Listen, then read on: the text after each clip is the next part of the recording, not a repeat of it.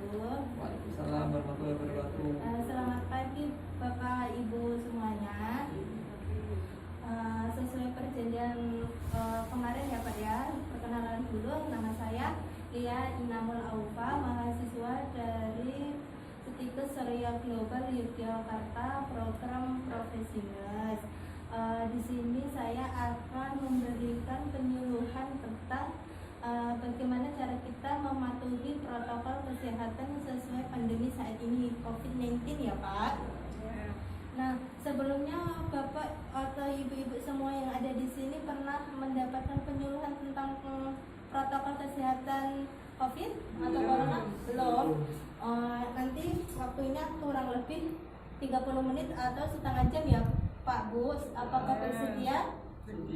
Iya. Ini maskernya dibenerin dulu sampai menutup hidung ya. Ini nanti saya bagikan lihat sambil dilihat ya Bu Pak. Ini. Nah, dari Bapak dan Ibu yang ada di sini, untuk mematuhi protokol kesehatan COVID-19, dimulai dari apa aja Pak Bu? Ada yang tahu? Belum. Yang pertama itu bisa sambil dilihat ya Pak, memakai masker. Nah, tujuannya untuk memakai masker itu agar tidak terpapar sama polusi udara sama mikroorganisme. Jadi sangat penting sekali ya Pak Bu untuk memutuskan mata rantai COVID-19.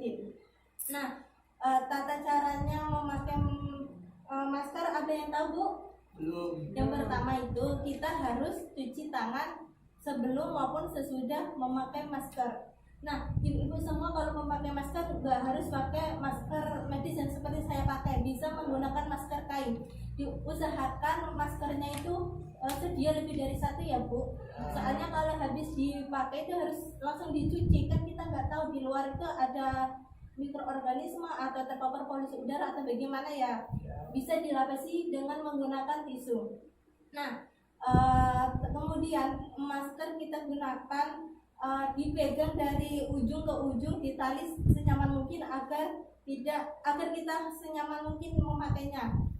Nah, kemudian kalau kita sudah memakai masker, usahakan tangan kita nggak usah megang-megang entah itu mata, entah itu hidung atau mulut.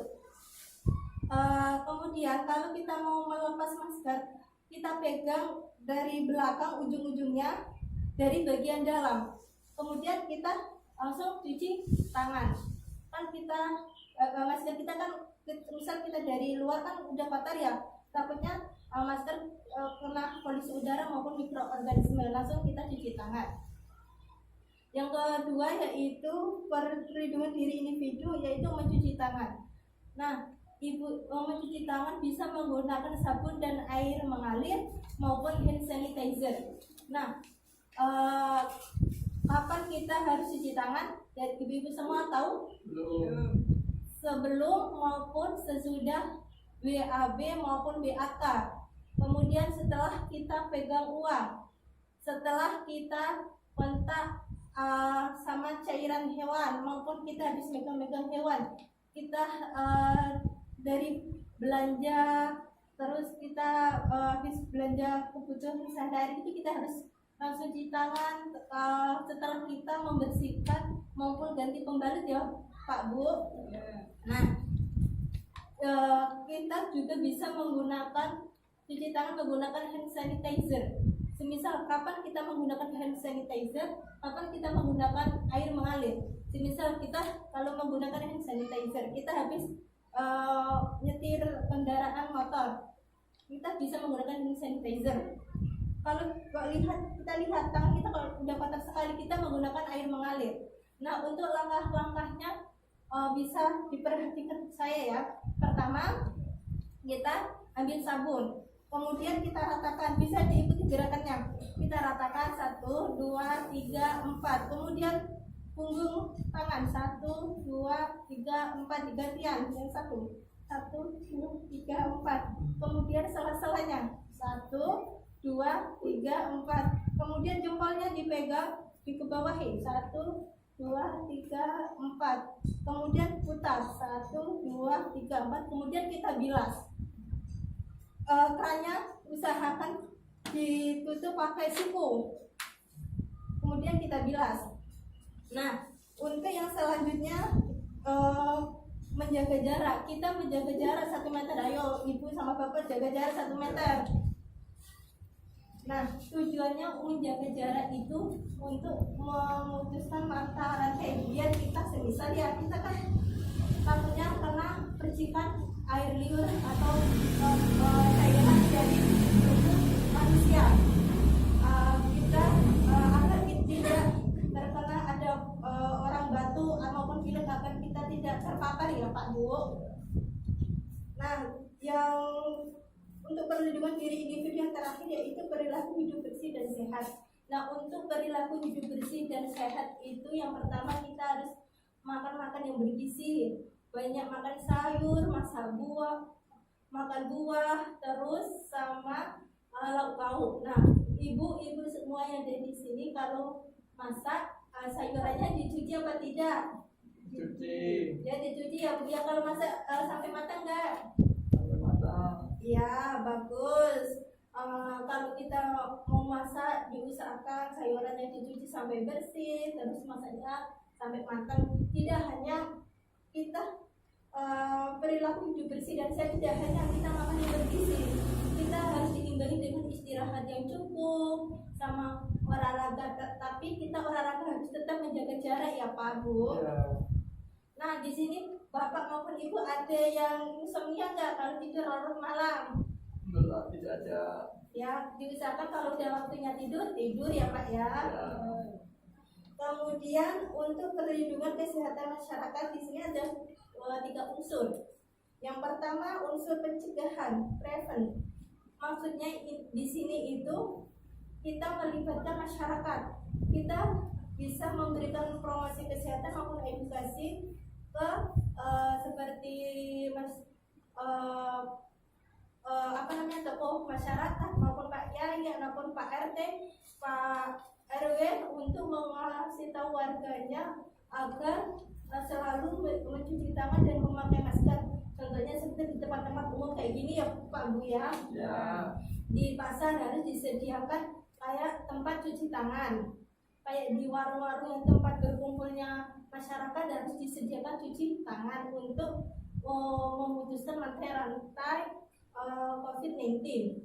Terus di depan musola harus cuci tangan. Semisal kita habis belanja, yang kita kan habis milih-milih sayur-sayur, diusahakan sebelum maupun sesudah masuk warung itu kita harus cuci tangan ya Pak. Terus yang kedua unsur penemuan kasus. Semisal kita ada gejala maupun keluhan batuk, pilek maupun nyeri tenggorokan, harus segera periksa ke fasilitas kesehatan. Bisa periksa ke puskesmas maupun rumah sakit ya Pak untuk mendapatkan penanganan yang tepat. Apabila kita mohon maaf semuanya positif COVID-19 bisa mendapatkan pertolongan yang baik dan tepat. Nah, yang terakhir ini unsur penanganan secara cepat dan tepat.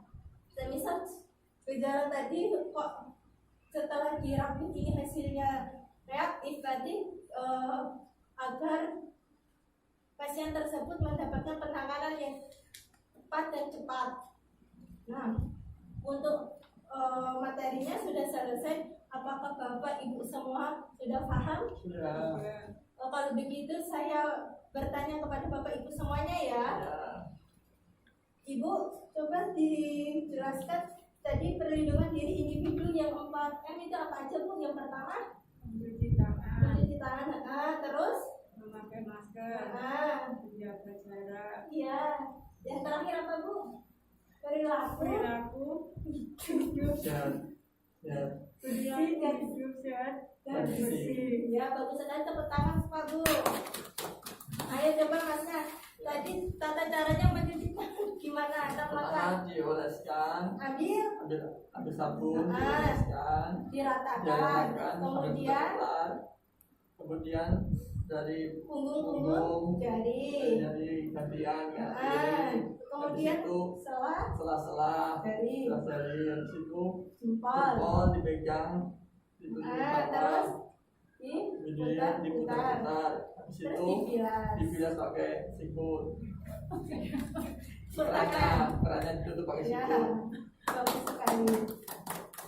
Bapak Ibu semua tadi udah bagus sekali, sudah memahami materi yang saya sampaikan pada pagi hari ini.